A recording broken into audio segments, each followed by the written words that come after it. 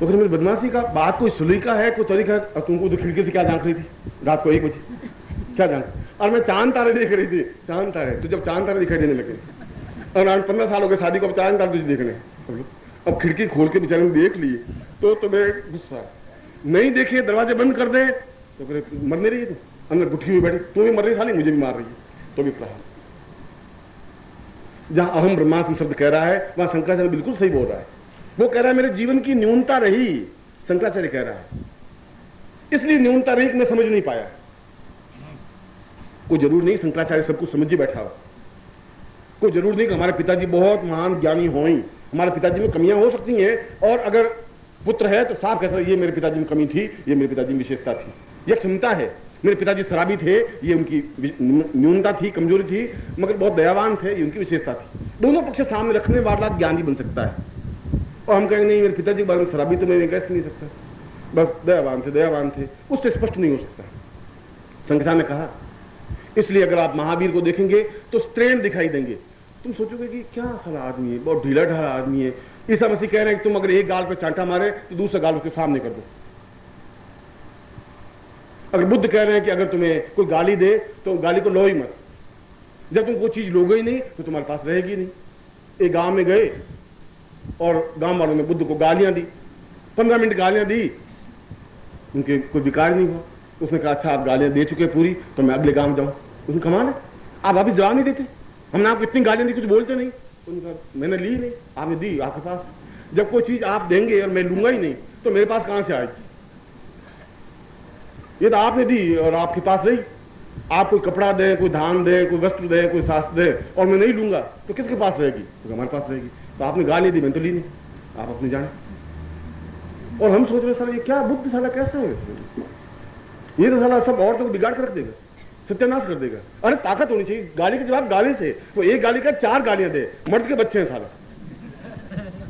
बुद्ध ऐसा नहीं कर सकता, बुद्ध ऐसा नहीं कर सकता, इसलिए तुम बुद्ध नहीं बन सकते, इसलिए तुम महावीर नहीं बन सकते, इसलिए तुम ईसा मसीह नहीं बन सकते, तुम सुकरात नहीं बन सकते, तुम साधक नहीं बन सकते, तुम योगी भी नहीं बन सकते। इसलिए नहीं बन सकते तुम्हारे पास वो हृदय जो चाहिए स्त्री का वो नहीं है। इसलिए कि हमारे शास्त्रों ने कहा है कि नहीं तुम ताकतवान हो, तुम मर्द हो, तुम अत्याचार करोगे। और हमारे श्रीमालियों में अब तो युग बहुत बदल गया है। जब मैं छोटा था तब मैं 9 साल की उम्र में मेरी शादी कर दी रजिस्टर्ड कि चलो। और उस जमाने में आज से 50 साल पहले, और मेरे समाज में प्रत्येक समाज की बात है, वहां कहता है कि बस जो औरत को रोज सुबह उठे 2 जूते लगाए और 2 शाम को लगा दे वो मर्द।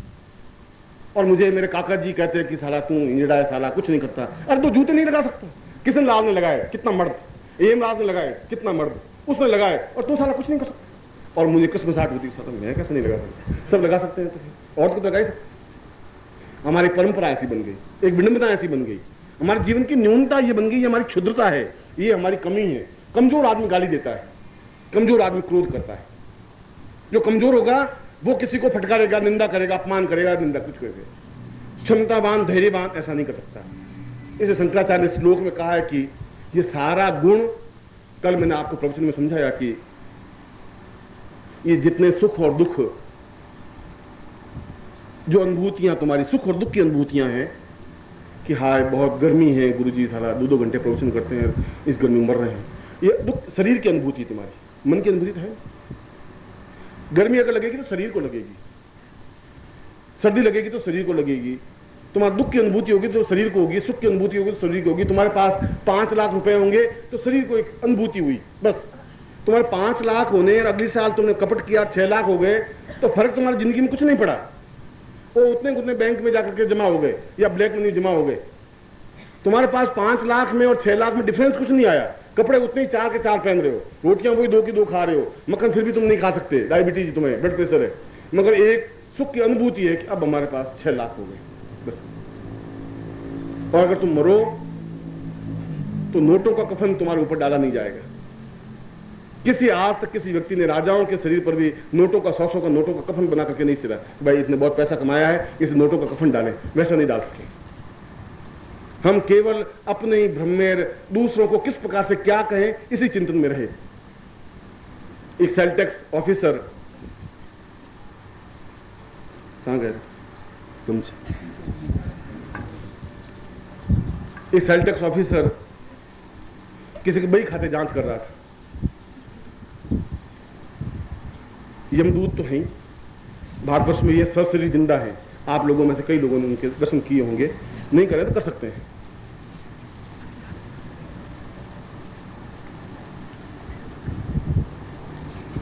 सेल टैक्स ऑफिसर आया और उसने उनके बही खाते जांच किए।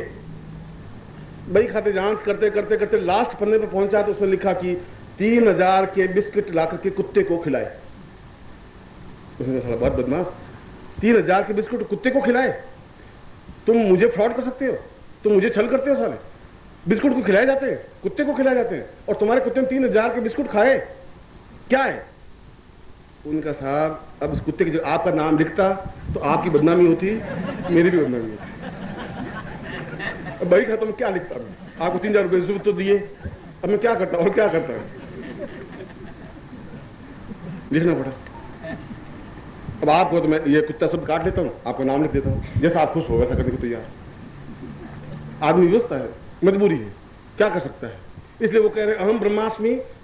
उस ब्रह्म को प्राप्त करने के लिए तुम्हें इस देह से ऊपर उठना पड़ेगा। मैं तुम्हें कल भी अपने प्रवचन में समझाया कि जहां देह तत्व से ऊपर उठ जाता है आदमी, देह तत्व से आगे की ओर अग्रसर हो जाता है, वहां मन तत्व समझ में आ जाता है।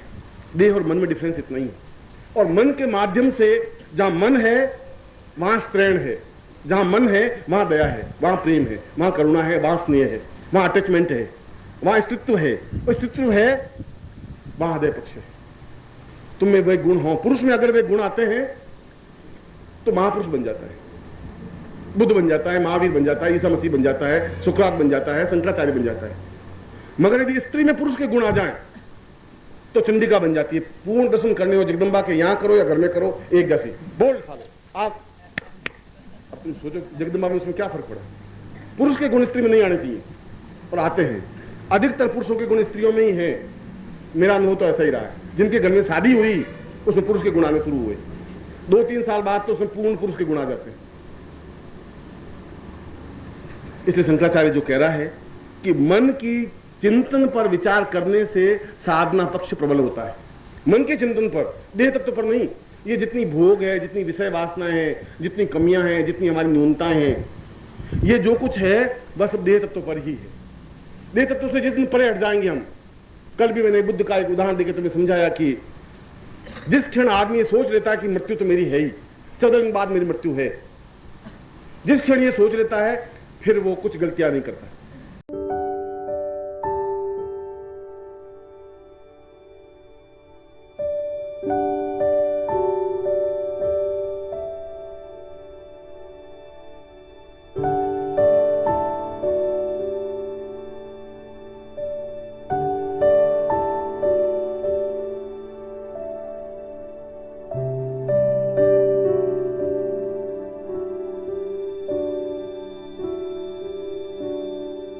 जिस दिन उसको मालूम पड़ा कि 14 दिन बाद मेरी मृत्यु है, तो जितने उसके शत्रु थे वहां जाकर प्रणाम करके आया, भैया आप जा रहे हैं, 14 दिन बाद मर जाएंगे, मैं आपको प्रणाम करता हूँ, गलती हुई तो आप माफ कर देना। पड़ोसियों को माफी मांगी, एक्स को माफी मांगी, वाई को माफी मांगी, खाना पीना छोड़ दिया, घी खाना छोड़ दिया, सब कुछ नहीं है, ये संसार असार है, इस संसार में कुछ नहीं है। आदमी ऐसा रहे वह देह तत्व से परे हटेगा। ऐसा रहे कि हम जीवन में हूं और काम करना है, कर्तव्य करना है, इस कर्तव्य को आगे बढ़ाना है, ऐसा भावना रखे और मनस्थिति पर पहुंचे। और मनस्थिति पर पहुंचे और मन की उन वृत्तियों में, ये सब वृत्तियां जो दया है, ममता है, करुणा है, स्नेह है, प्रेम है, ये सब मन की वृत्तियां हैं। देह की वृत्तियां तो है नहीं। देह की वृत्तियां तो सुख की अनुभूति और दुख की अनुभूति है। अब मन की वृत्तियों में आप पौरुषता ला सकते हैं, अत्याचारपन ला सकते हैं, झूठ ला सकते हैं, छल ला सकते हैं। ये सब मन की वृत्तियों को आप हावी हो सकते हैं अपने ऊपर। और जब आपके मन की भावनाएं उस रूप में बन सके जहां आप लोगों में स्त्रीत्व आ सके, जहां हम लोगों में ये सद्गुण जो संचारी भाव, 33 संचारी भाव कहें, ये दया, करुणा, प्रेम, स्नेह, कुल मिलाकर के 33 है, घृणा भी, अपमान भी, इनके आने से ही वो मन तत्व पर विजय जब प्राप्त की जाती है, तब उसको ब्रह्म का चिंतन स्पष्ट होता है। ब्रह्म क्या है? ब्रह्म तो मैं क्या बन रहा हूं वह ब्रह्म। अहम ब्रह्मास्मि का मतलब ये है, मैं क्या बन रहा हूं? मैं बन रहा हूं कि मेरी आंखों में करुणा व्याप्त है, मैं ऐसा बन रहा हूं कि लोग गालियां दे रहे हैं, मेरे ऊपर कोई फर्क नहीं पड़ता। भाई तुमने गाली दी, तुम्हारी बहुत, फिर भी तुम्हारी अहोभाग है कि तुमने मुझे गाली दी, कुछ दिया, मैं तुम्हारा एक आभारी हूं कि गाली तो दी तुमने। जब ये भावना आती है, इस भावना की क्रिया को ब्रह्म कहा गया है। ऐसा चिंतन जहां आदमी का चिंतन बन सके, जहां आदमी दूसरों की मदद करने की अपने आप क्रिया बन जाएगी, यहां वो धर्म से फिर हट जाएगा, इन संप्रदायों से हट जाएगा। उसके लिए फिर कोई मुसलमान आएगा तब उसके अंदर कोई अंतर नहीं आएगा, ईसाई आएगा तो कोई अंतर नहीं आएगा, बौद्ध आएगा तो कोई अंतर नहीं आएगा, क्योंकि अपने आप उन वृत्तियों से ज्ञान की चेतना जागृत होगी। धर्म की चेतना जागृत होने की जरूरत नहीं है। धर्म ने तो हमने जकड़ा है। धर्म तो जैन ग्रंथों में साफ लिखा है कि कृष्ण भगवान, ये कृष्ण तो है ही नहीं, बहुत पाखंडी अत्याचारी लाइन साफ साफ लिखी हुई है। कृष्ण को जितनी गालियां जैन ग्रंथों में दी उतनी तो कहीं दी नहीं। और ये सातवें नरक में पड़ा है जो निकल नहीं सकता, जिंदगी भर निकलेगा नहीं। जैन ग्रंथों में दूसरे लाइन में लिखा है कि भूल करके भी इस महावीर स्वामी के धर्म को मानने वाले को इस मंदिर के पास में से निकलना नहीं चाहिए। और आपको मालूम होना चाहिए कि महावीर स्वामी ने जैन धर्म नहीं चलाया। महावीर स्वामी जैन नहीं थे। महावीर स्वामी के बाद के लोगों ने जैन धर्म को प्रारंभ किया। वो खुद जैन थे ही नहीं, उन्होंने तो चिंतन दिया, एक विचार दिया। जो उन्होंने विचार दिया उस विचार को हम समझे नहीं। उन्होंने कहा कि हम जीवन में अपरिग्रह रहें, संयमित रहें, भूखे रहें, और हमने जबरदस्ती उस व्यक्ति को भूखा मार करके मारने की क्रिया कर दी। हमने शेर सुंदरदास जी को कहा कि नहीं, तुम 7 दिन तक संतारा लोगे, जबरदस्ती भूखे मरोगे। हमने जबरदस्ती मार करके महावीर स्वामी बनाना शुरू कर दिया। ये हमारे धर्म की, ये जहां धर्म बना, महावीर स्वामी के बाद में जो धर्म बना, वो धर्म अपने आप में विकृतियां लेके पैदा हुआ। उनमें कुछ अच्छे गुण थे। महावीर स्वामी ने जो चिंतन कहे वे अच्छे गुण थे। उनको इतना करुणा और दयावान होते हुए भी उसको महावीर कहा गया। वीर वह होता है जिसमें ताकत प्रेम की, दया की, करुणा की ताकत होती है, वह वीर बन सकता है। ऐसा चिंतन लेकर के जो चल सकता है वो ब्रह्म बन सकता है। तब ब्रह्म अस्मि ही अहम, मैं उस अहम को छोड़ करके और उस पूर्ण उन वृत्तियों को, जो 33 वृत्तियां, उनको अपने हृदय में स्थापित करता हुआ मैं स्वयं जो कुछ जैसा बनूंगा। और तुम बनोगे बुद्ध की तरह। तुम रावण तो बन ही नहीं सकते।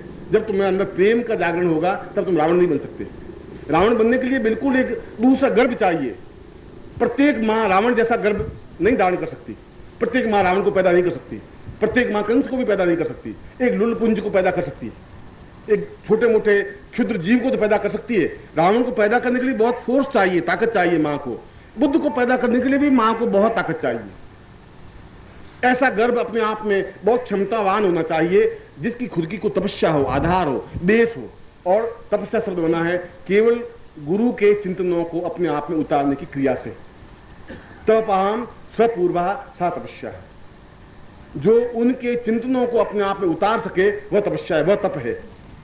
जो अपने ताप को अपने ऊपर झेल सके, क्रियात्मक पक्ष ले सके, वह तपस्या है।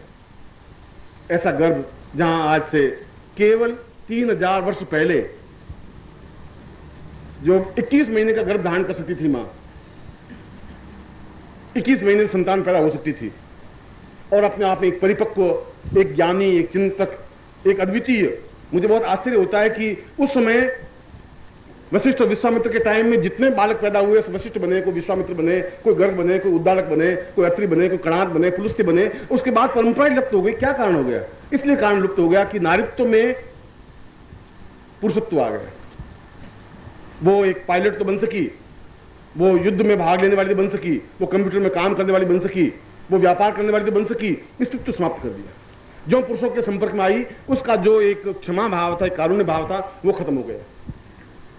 अगर चंदन के संगति में आएंगे तो हम चंदनवान बनेंगे, सुगंधवान बनेंगे, मगर यदि हम विश्व के संगति में आएंगे तो हम भी विश्ववान बन जाएंगे। इस नारी की संगति में आके पुरुष तो कुछ अच्छा चिंतन लिया, पर नारी स्वयं अपने आप में पौरुषवान बन गई, कठोर बन गई।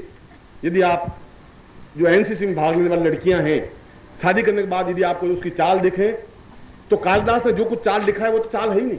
कालिदास ने स्त्री की चाल को हंसनी की कहा है, ऐसी जैसे हंसनी चलती है वैसी चाल होती है, और वो बिल्कुल चलती है जैसे कोई आर्मी की अफसर चलती है वैसे चलती है। वो चाल ही नहीं आ सकती उसमें, वो उसमें लोच है ही नहीं, उस शरीर में वो क्षमता होनी चाहिए, वो है ही नहीं। अगर लोच नहीं है तो उसके गर्भ में वो ताकत भी नहीं रह सकती। गर्भ में ताकत तो अपने आप में एक बिल्कुल संजो करके रखने लायक ताकत और क्षमता होनी चाहिए। इसलिए 21 महीने का गर्भ समाप्त हुआ, 20 महीने का हुआ, 18 महीने का हुआ, 16 महीने का हुआ, और आगे जाकर के सत्यनारायण की कथा में लिखा है साहब की उसके बाद 10वें मास में एक सुंदर सुशील कन्या उत्पन्न हुई। आज से 300 साल पहले सत्यनारायण की कथा लिखी गई। उसमें पूरे 10 महीने पूरे होने के बाद संतान उत्पन्न होती थी, और आज से 50 साल पहले 9 महीने बाद संतान उत्पन्न होती थी, और अब 8 महीने पूरे होकर 2 या 3 दिन ऊपर जाते हैं संतान पैदा हो जाती है।